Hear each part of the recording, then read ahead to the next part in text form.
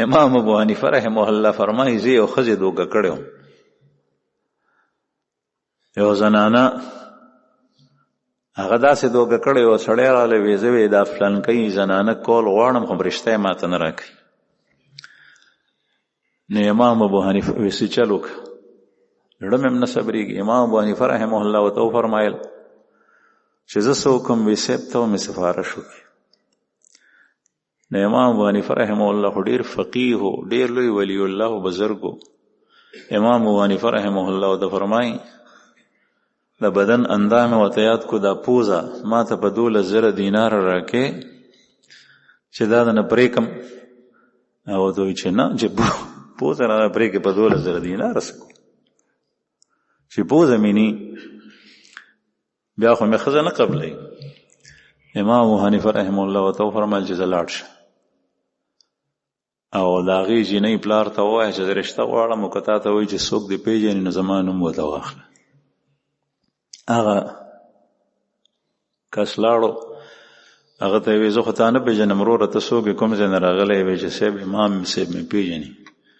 وی ښه، امام صاحب ته راغلی، وی دغسې سړی دی، هغه ستا نوم اخلي، ته یې پېژنې؟ وی نور خو یې نه پېژنم، خو هغه سره د یو څیز سودا کېده، نو هغه شی هغه په 12,000 دیناره نو ورکړی، سودا ورسره کېده نو هغه شی په 12,000 دیناره نو ورکړی. نو د جینۍ پلار وایي چې دا خو ډېر مالدار دی، 12,000 دیناره خو ډېر شی دی، دینار اشرفی و د سرو زرو، دې سړي سره خو ډېر مال دی چې څنګه تللی په ډبلې لور ورکړي. جینۍ واده شوه چې کور ته راغله، نو کور کې د دې سړي په کور کې په منګکانو نهرې تېرېدې، د ده خوراک څښاک او د ښځې خو یې لا برېده، حالت یې ډېر ګډوډ. دا ښځه ورته ډېره خوړینه شوه، هغې ته پته وه چې امام صاحب یې سفارش کړی. هغه وایي چې اوس د امام صاحب ته څنګه تکلیف ورسوم، ښځې دي.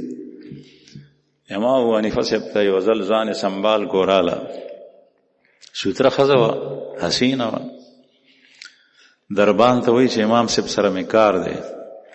ورته وایي چې اجازت نشته، امام صاحب به راشي تا نه به تپوس وکړي. وایي نه، زما مسله ده، د مسلې تپوس دې کوم، او مسله داسې ده چې د هر چا په مخ کې نشم ویلی، عالم څخه زنانه تلی شي تپوس ته. امام ابو حنیفه رحمه الله ورته وفرمایل چې څه مسله دی؟ نو دې بورخې نقاب یې اوچت کو، مخ یې څرګند کو.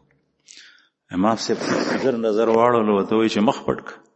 ورته وایي چې صاحب مسله داسې ده چې هغې کې مخ نشم پټولی. وایي څه مسله دی ده؟ وی زما پلار ته چې زما په باره کې رشته راشي، زما دی عمر ته وګوره، زه اوس دغه وخت کې خاوند غواړم، او زما پلار ته چې رشته راشي نو زما پلار ورته وایي چې زما د لور په سر باندې پمن او گنجۍ ده، په سترګو باندې ړنده ده، په لاسو باندې شله ده، په خپو باندې ګوډه ده، او برګې مرضې دی. ته اوس ما ته وګوره چې زما د سترګې روغې دي او که نه ړندې دي، او دا سر مې وګوره، ها سر نه دغه لري، دا پمن دی او گنجۍ دی، ښې زلفې، او دا لاس لیچې به څرګندې کې. زما پلار وایي چې په لاسو باندې شله ده، زما رشته نه ورکوي. پنډۍ هم به ته څرګندې کې، په خپو باندې ګوډه ده. نو زه اوس دغسې ناست یم او ما ته د خاوند ضرورت دی، زه وایم چې زما رشته وشي. نو امام ابو حنیفه رحمه الله ورته فرمایي چې زه دې وغواړم د پلار نه دی، نو ستا رضا ده؟ هغه ورته وایي ستا د نوکرانو مې هم قبول دي، ته خو لا ته خو چې پلار مې رشته ورکړي. نو امام صاحب ورته وایي ستا پلار څوک دی؟ ورته وایي دغه مخامخ کوڅه کې سر کې د کوڅې په سر کې دکان دی، غټ بقال دی، دکاندار دی.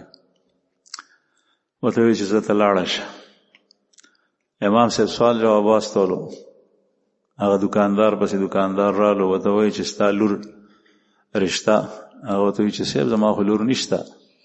وی لور دې نشته؟ وی چې شته دی، خو هغه خو په سر گنجۍ ده، په سترګو ړنده ده، په لاسو باندې شله ده، په خپو ګوډه ده. امام صاحب ورته وایي دغه مې قبوله ده. امام صاحب هغې زنانه سره ښه کول غوښتل. بعضې خلک واده د خپل خواهش دپاره کوي. زمونږ خوږ پیغمبر صلی الله علیه وسلم یو واده تر 500 کالو پورې په یو واده گزاره کړي ده. ام المؤمنین حضرت خدیجه رضی الله عنها سره او وفات کېدو پورې 11 بیبیانې کړې وې. په دې 14 کالو کې دا نور ودونه کړي.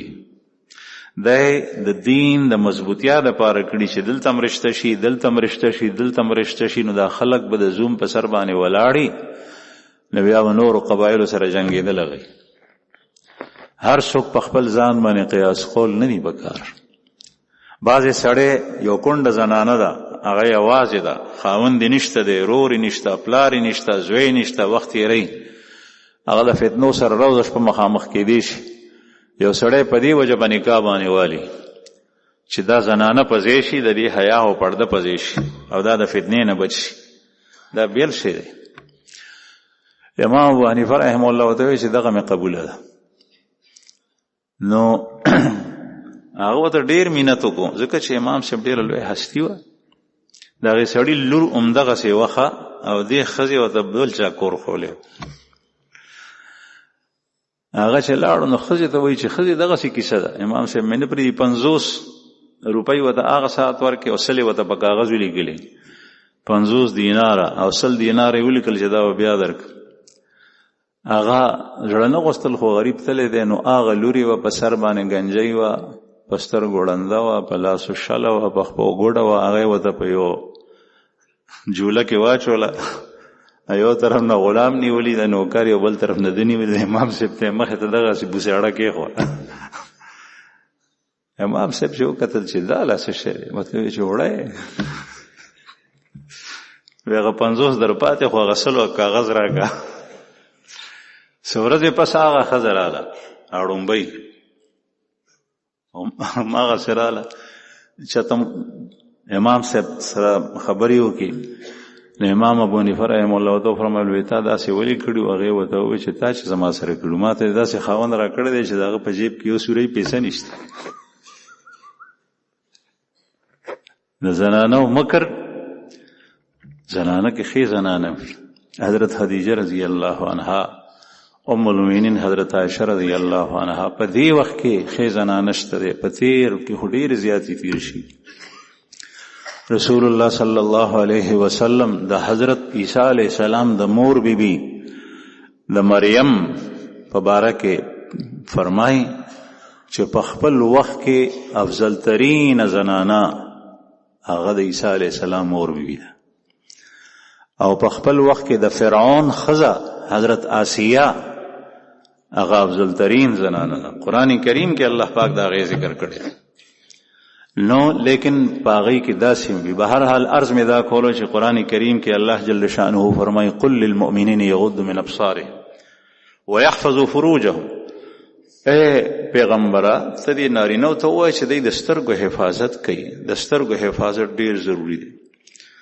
بعضې داسې خلک چې د هغوی د خپلو مشایخو سره د سلوک ټول منازل طی کړي دي، لارې وهلې ده، لیکن د نظر د یو غلط نظر استعمال نه اغار سره سلب شوي دي. داسې تیر شوي دي چې د قرآن کریم حافظان د نظر د غلط استعمال نه د قرآن پاک هغه حفظ قرآن پاک ته هیر شوی دی.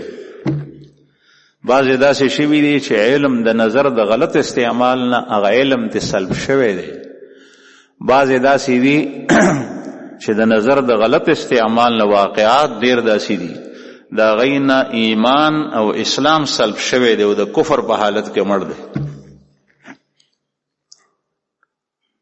کتابونو کې لیکلی دي یو مؤذن هغه په میزانه کې اذان کولو. پخوا اذان په لوډ سپیکر کې نه کېدو، لوډ سپیکر نو، بیا به میزانه وه داسې مناره به وړه چې مؤذن به هغې ته وخته په پوړو باندې په هغې کې به ودرېدو، بیا به اواز کول نو ګیر شاپیر به ټولو خلکو اواز اورېدو.